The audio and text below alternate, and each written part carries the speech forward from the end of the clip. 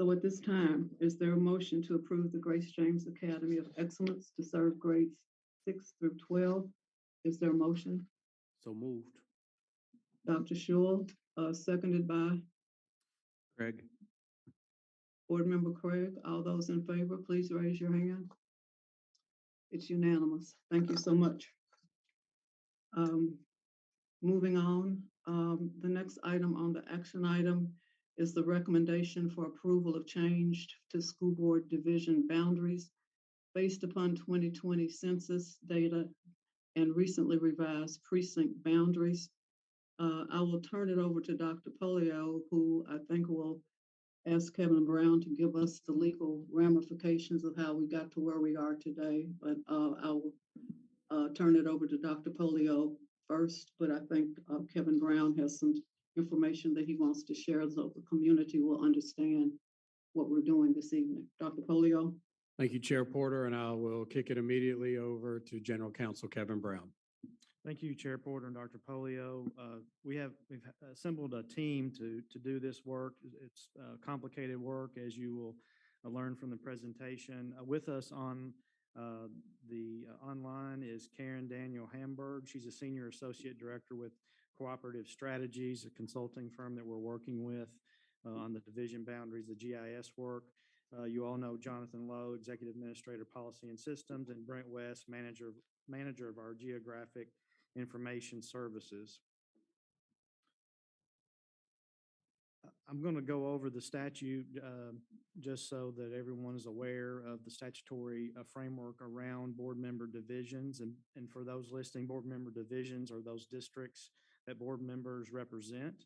And they have boundaries, of course, and there are various legal requirements for those boundaries. KRS 160.210 establishes that the responsibility for the establishment or the changing of school board division boundaries shall be with the local board of education, subject to the the review and approval of the County Board of Elections. The statute also requires that any changes made in division boundary lines shall be to make divisions as equal in population and containing integral voting precincts insofar as is practical. The 2020 U.S. Census reveals that current district boundaries are in need of adjustments in order to equalize the populations across the boundaries or districts. Additionally, the statute requires that board divisions shall be redrawn to comply with precinct boundaries. You will see from the slide, if you can go back to the previous slide. One more there. The 2020 census was delayed, and because of that, the work of the General Assembly was delayed to adjust the legislative and congressional boundaries. That occurred in January of 2022. That, in effect, delayed the work of the Jefferson County Board of Elections to redraw the precinct boundaries. That was accomplished in early March 2022, and I think, and Brent, Jonathan, correct me if I'm wrong, I think the County Board of Elections created 50 or a little over 50 new precincts. That then is a domino effect, and that requires the Jefferson County Board of Education, under the statute that I just referred to redraw divisions to comply with the new precinct boundaries. And the statutory standard for that is so that those precincts or the school board division boundaries are as equal in population insofar as practical. And we're doing that process right now.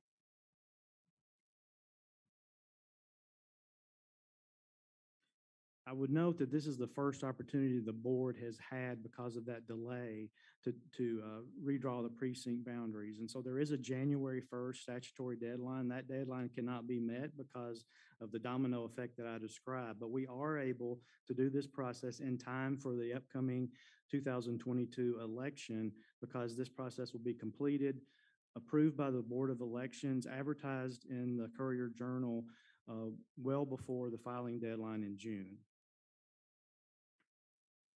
The next slide just shows a little bit about the process. Of course, we're looking at the 2020 census data, the various scenarios. How can we adjust the existing zones to achieve balance? And you'll hear from Brent here in a second about how much the population did change. There were several considerations, and I won't go over all of them. The two most important considerations that we used in coming up with the various scenarios, each division had to be drawn, as I stated earlier, to be as equal in population insofar as is practical. And then the next one being the most important is the divisions had to comply with the new precincts created by the Board of Elections. All that has to coincide with one another, um, basically so the election will work in the fall. We also wanted to prevent the situation of creating new boundaries where we had two board members in one district that would create chaos and vacancies. And we also wanted to respect the schools that are in each board member's districts currently. We know you all have relationships with those schools, and it was important, I think, for board members to not have those schools move around into different boundaries. So we tried to respect that as much as possible. So I'm going to turn it over to Brent and Karen. I think we're going to first talk about just the initial analysis of the existing boundaries and what they look like compared to the 2020 census data. Thank you. Good evening, Chair Porter, board members. As Kevin said, as soon as the Jefferson County Board of Elections had the new precinct, I got those shape files from them so that we could start immediately. And we legally have to use those as the building blocks for the board district boundaries. We're not allowed to split or cross any precinct boundaries. So I have been working with the Jefferson County Board of Elections. We sent them a sample file of a scenario to make sure everything lined up, worked with their system. It did. We are working with cooperative strategies. They have done this across the nation with a number of districts. And they have a redistricting tool that allows us to leverage the GIS software to model different scenarios. And so Karen and her team did an excellent job of looking at modeling these scenarios. They're out of state, so it was done totally objectively, data-driven. Given the constraints that we gave them, maintain board members in the current districts, if at all possible, maintain schools in current districts, and balance the population as equal as possible. This is the initial analysis here that they did, and as you can see, the population shifted significantly from 2010 to 2020, especially toward District 7. So as they looked at scenarios, when we looked at the total population, District 7 was about 15,000 people over. If we look at the deviation, District 1 was about 7,000 total people under. So the overall theme that you'll see is to try to balance that population from east towards District 1. So at this time, I will turn it over to Karen, and she will go over the 5 scenarios at a high level. Great. Thank you, Brent. So the map on this slide illustrates scenario 1. In this scenario, District 1 gains population by reaching both east and southwest, taking over pieces of District 2 and 3 on the east side, and the northwesternmost portion of District 4 on the west side. Moving west to east, District 4 gains areas on the southwest side of the district, previously District 5. District 5 will gain the area surrounding the airport. District 6 gains a new southern border, taking the area near Fairmount from District 7. District 2 gains the far west side of Jeffersontown, which includes Watterson Elementary. So Watterson Elementary in this scenario moves from District 7 to District 2. District 3 gains a small area north of Worthington Hills and a small area just east of St. Matthews. District 7 loses areas to District 5, 6, 2, and 3. And as Brent mentioned, that is going to be the overall trend because we have to balance those populations. The overall variance for this scenario is 1.14%. Go ahead and go to the next one, Amy. Thank you. So the map on this slide illustrates scenario 2. In this scenario, District 1 gains population by reaching east into the Indian Hills area. District 4 has similar changes in both scenarios 1 and 2. District 5 gains an area south of the airport. District 6 has similar changes in both scenarios 1 and 2, but the biggest difference is that in this scenario, it does gain Wilt Elementary from District 7. That is the only facility change in this scenario. District 2 gains additional area on the east side from the on the east side of their existing zone, reaching into the current District 3. District 3 gains the area on the far east side of the district, reaching kind of around Anchorage. And then District 7 loses areas to Districts 3, 5, and 6.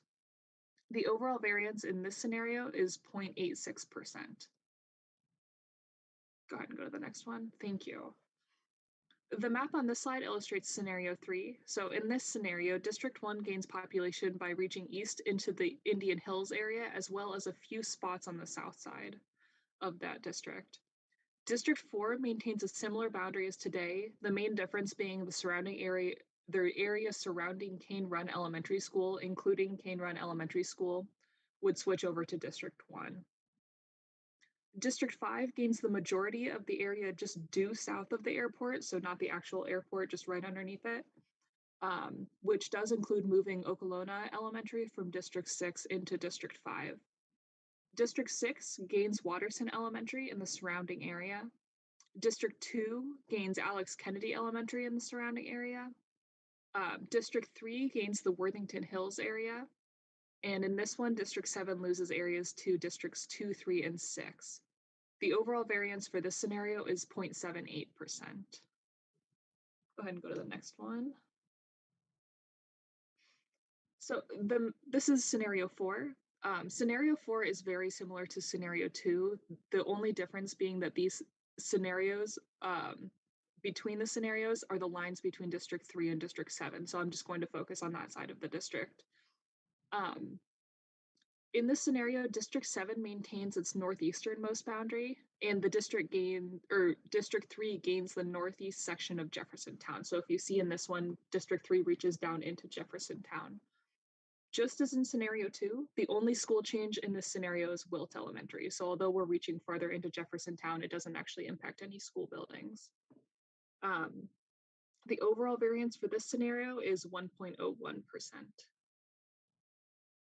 And then the last one, yep. The map on this slide illustrates scenario 5. So in this one, District 1 gains population by reaching east into the Indian Hills area. District 4 gains areas on the southwest side of the district.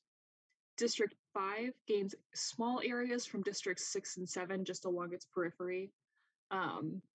District 6, again, will gain Wilt Elementary School, in this one from District 7, as well as the voting precinct near Fern Creek. So that one doesn't actually impact any schools, just Wilt for this, but they are gaining an area right around Fern Creek. That's different than the other scenarios.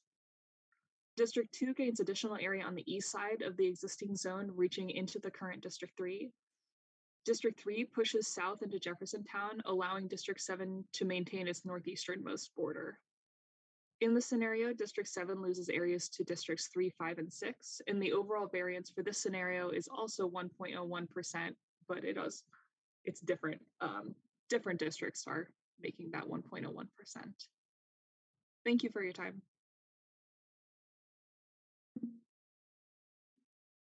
Chair Porter, we're happy to take questions. All of the scenarios are within from 0.78% to a little over 1%, which is pretty amazing due to technology that we can get the variances that low. So I do believe that the scenarios meet the statutory definition as equal in population insofar as is practicable. So this is truly a decision of the board. You'll notice there's not a recommendation from the superintendent, as this is a question for the board and the board only. And so we're happy to take any questions. We can also go back to any of the maps if there are specific questions. Karen's more than willing to go into more detail if necessary.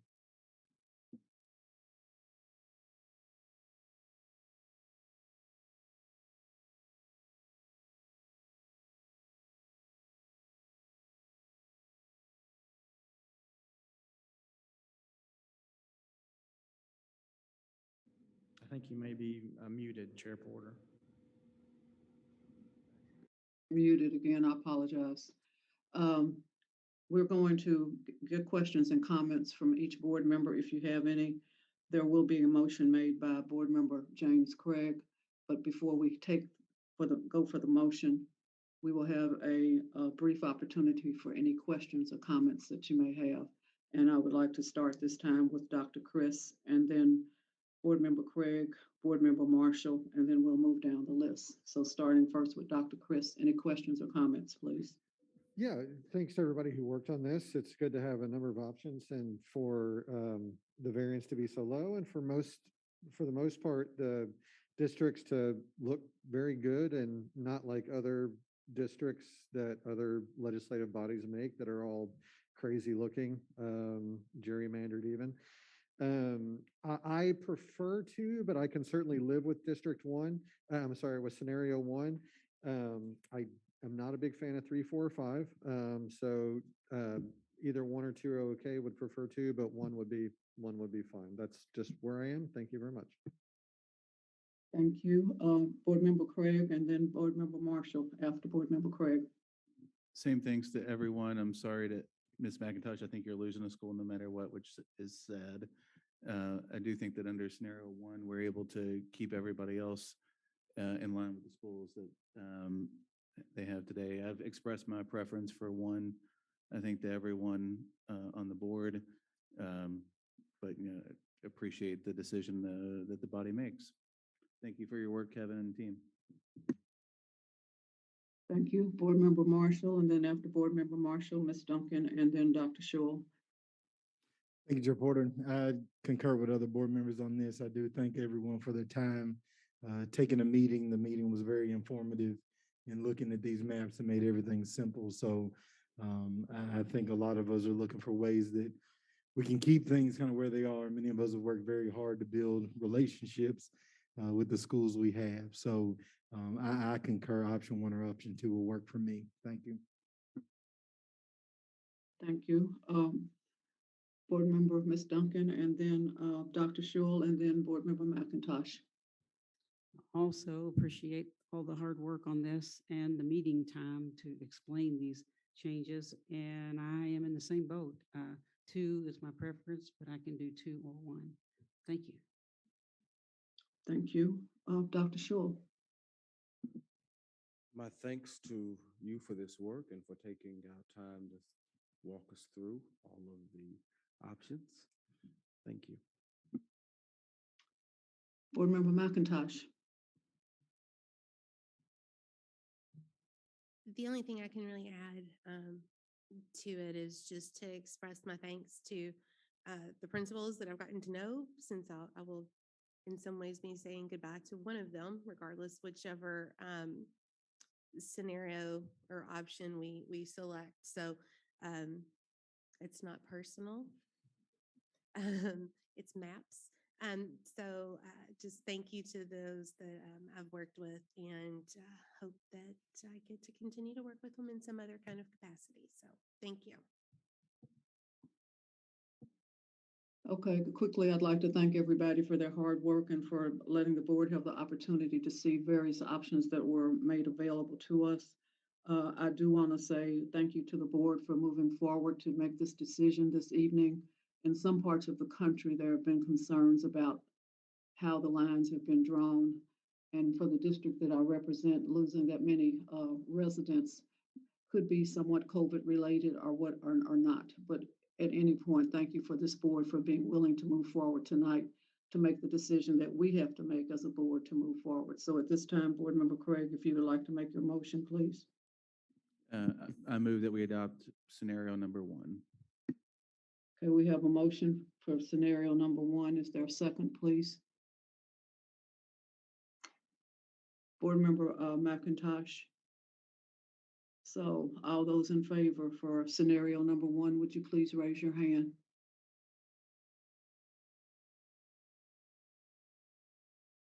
Okay, it's unanimous. Thank you very much. Thank you for your hard work, and we will move forward. That completes the action item for the what the approval of the board division boundaries will be. So thank you for that. And now we will move on to the consent calendar. This evening, we 2 items have been pulled down from the consent calendar, and those items are 7Q